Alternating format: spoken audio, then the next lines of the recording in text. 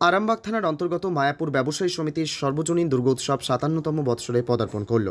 এই পুজোকে ঘিরে সাধারণ মানুষ এবং মায়াপুর ব্যবসায়ী সংগঠনের উদ্দীপনা উচ্ছ্বাস চোখে পড়ার মতো। পুজোর এক কর্মকর্তা কৃষ্ণেন্দুবাবু বলেন, আশেপাশের গ্রামের মানুষের সাহায্য এবং আন্তরিকতা ওনাদের প্রেরণা যোগায়। ব্যবসায়ী মহলেও বেশ খুশির জোয়ার এই পুজোকে কেন্দ্র করে।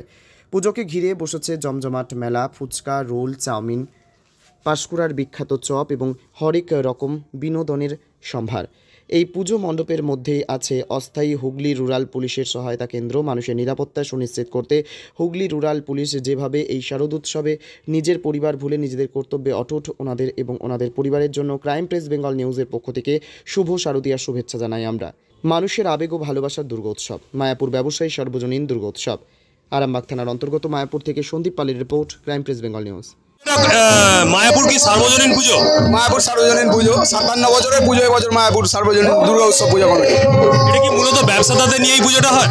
টোটালটা ব্যবসা সমিতিরই পুজো এবং হকার্স বৃন্দ, মায়াপুরে যে হাট হয় প্রতি রবিবার এবং বৃহস্পতিবার, সে হকার্স বৃন্দ এবং মায়াপুর ব্যবসায়ী সমিতির পুজো। তো এখানে তো অনেক দূর দূরান্ত থেকে মানুষ তো আসেন এখানে মাতৃ প্রতিমা দর্শন।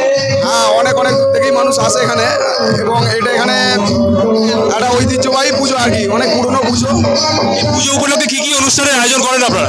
আমাদের প্রতিদিনই অনুষ্ঠান আছে, সন্ধ্যাকালীন অনুষ্ঠান আছে এবং প্রতিদিন সাংস্কৃতিক অনুষ্ঠান একটার পর একটা প্রতিদিন আছে। প্রত্যেকদিনই প্রায় ছোটোখাটো করে অনুষ্ঠান আছে।